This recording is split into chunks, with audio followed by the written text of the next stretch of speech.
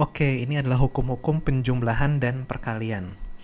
Jadi yang pertama itu adalah hukum komutatif.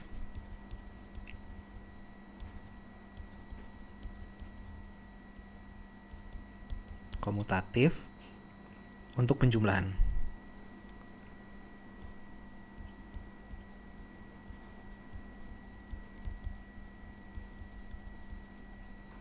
Ya. Artinya di sini adalah urutan dari penjumlahan dua bilangan itu tidak pengaruh dengan hasilnya, atau dengan kata lain kalau kita jumlahkan A plus B itu sama aja dengan B plus A, atau kalau kita 5 tambah 3 itu sama saja dengan 3 tambah 5 itu sama saja dengan 8.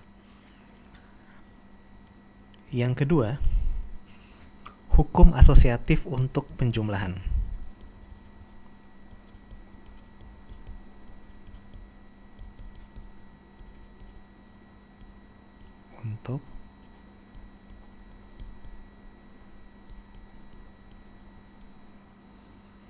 Jadi hukum asosiatif untuk penjumlahan ini maksudnya adalah bentuk dari penjumlahan itu boleh dikelompokkan secara sembarangan tanpa mempengaruhi hasilnya. Jadi contoh A plus B plus C itu sama saya dengan A tambah, katakan kita mau kerjakan B tambah C-nya duluan, atau kita mau kerjakan A tambah B-nya duluan baru ditambah C. Jadi ini hasilnya akan sama aja.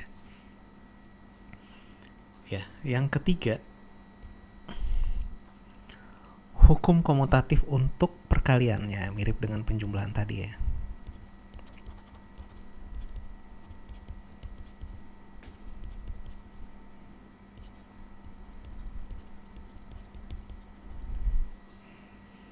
Jadi contoh di sini urutan daripada faktor-faktor perkalian tidak akan pengaruh hasilnya, atau A kali B sama dengan B kali A. Kemudian yang keempat, hukum asosiatif untuk perkalian.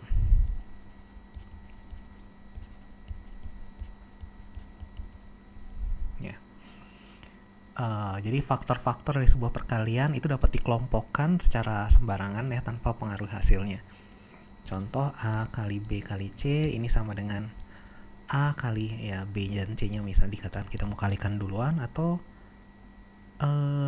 bisa juga seperti ini ya, ini asosiatif.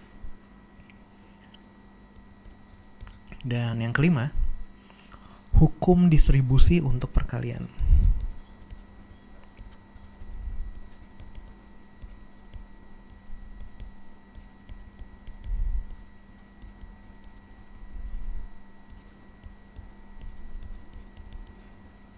Oke, artinya di sini adalah perkalian dari sebuah bilangan dengan penjumlahan dua bilangan, misalnya A kali B tambah C, ya kan?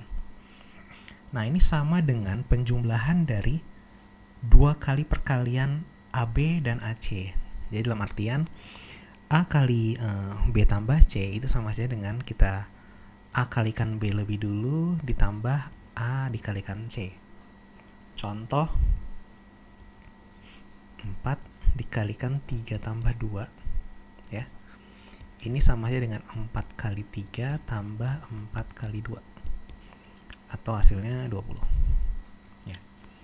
Hukum ini dapat diperluas, jadi kita bisa aja menjumlahkan bilangan-bilangan, misalnya katakan ada 5 A, B, C, D, E, dan kemudian kita kelompokkan dengan urutan sembarang gitu ya. Jadi contoh misalnya sekarang kita menggunakan 5 bilangan A, B, C, D, dan E.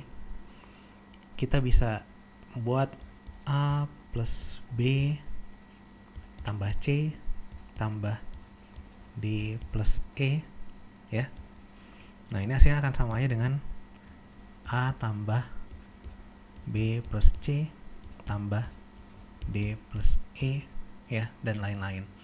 Sama juga di perkalian kita juga bisa bikin yang mirip seperti ini. Jadi hasilnya tidak pernah tergantung dengan urutan atau pengelompokan, jadi untuk penjumlahan maupun untuk perkalian.